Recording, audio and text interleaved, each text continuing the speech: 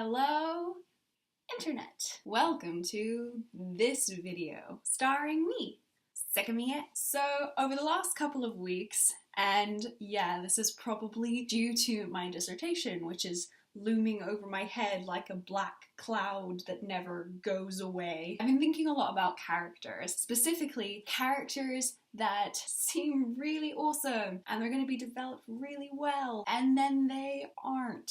This is really frustrating because we grow attached to characters and we want all the best, or worse in the case of the villains, for them, and then the writers just go, haha, nope. With that in mind, here's how not to develop your characters. So to start off with is the idea that actually inspired this video, and that's the idea that you have to have a direction for your characters. When you're developing your characters, you need to know where you're going. If you have no direction, then they're not really gonna be anything. However, there's a problem with this. Sometimes you get a little too excited and the character development happens way too quickly and it's jarring. Now, I love King Arthur. Everyone who knows me is saying they're going, what?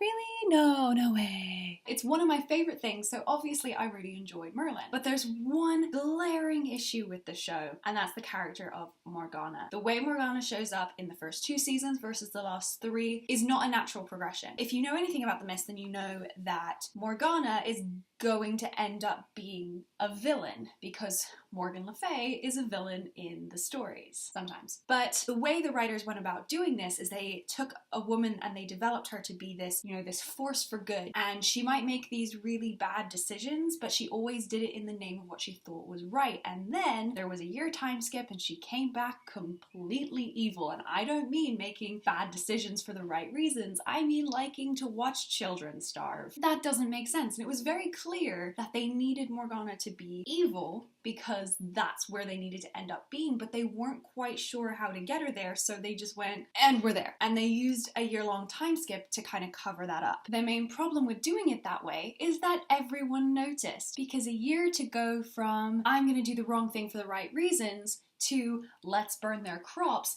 is a bit too wide of a gap. Felt a little bit insulting to the woman that they had made her out to be. Have a clear direction in mind, but don't jump too far ahead. Similarly, if you're going to write character development, you need to make sure that all of their decisions make sense within the context of their characters. One thing that did this really well, and don't worry, I'm not spoiling anything, is the MCU. If you were to watch Iron Man and the first Avenger, and then immediately watch Civil War, you would be so confused. Partially because you'd be like, who are all these new characters? But also because Iron Man and Captain America in their first appearances look nothing like their appearance in Civil War. And one of the things that the MCU does so well is if you then go back and you watch every appearance that they've had, those decisions make complete sense. It's entirely opposite of the version of the character that you see when they're first introduced, but it makes sense based on the way their characters have been going and the way their characters have been developing. A really bad example of this is Harry Potter and the Cursed Child.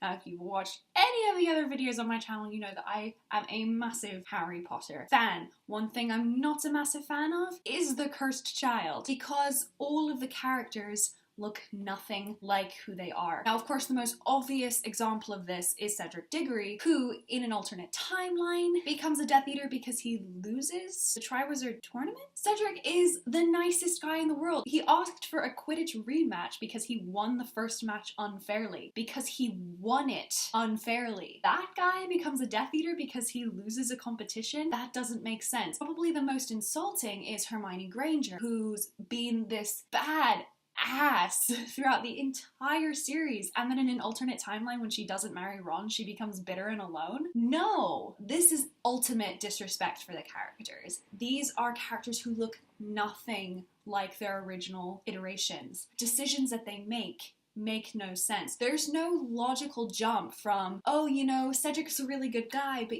he's not a very good loser. That would make sense for that. And there's nothing in Hermione's character that suggests that she is looking for love. And it becomes incredibly frustrating and really disrespectful to both the characters and the fans. One thing that you have to do is if you're going to radically change a character, you also have to stick to that radical change. Props to Merlin, they did this. Once Upon a Time did not do that. They had this really awesome character arc for Rumpelstiltskin, who started off as the ultimate villain, but as you got into his backstory and his motivations, you realize that he's just a father trying to make up for lost time, and he goes on this quest to reunite with and fix things with his son. He ends up making the ultimate sacrifice to kill his father. Emotionally impactful, and it really works for the story they've been telling up to that point. And then in season 4, he just becomes a villain again. There's no real motivation for it. It doesn't make any sense, and it completely ruins all of the great character work they had done for his character up until that point.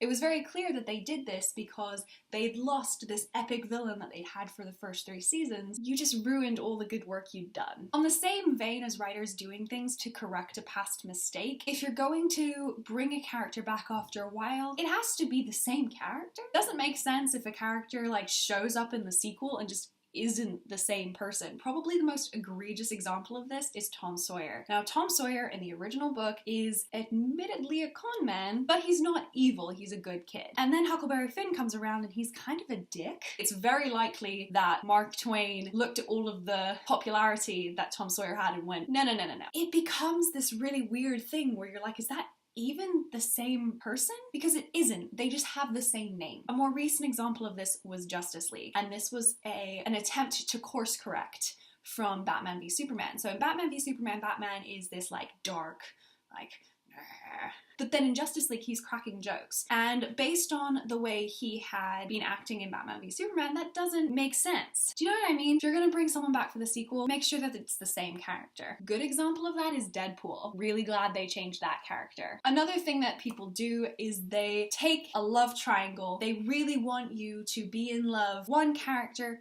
over the other, even though they're supposed to be some sort of a competition. So rather than having an actual 2 nice people, they say, surprise, character number 2 is a dick. You guys all know where this is going. Oh god. Hello, Twilight. In the first 2 Twilight books, Jacob is set up as this nice guy. He's a viable alternative to Edward, who's not only a total creep, but has left her. Sweet, he wants Bella to be happy, he's willing to indulge her stupid fantasies. And then Eclipse rolls around and he's really angry that she's gone off with Edward, forces her to kiss him, and then later falls in love with her infant child.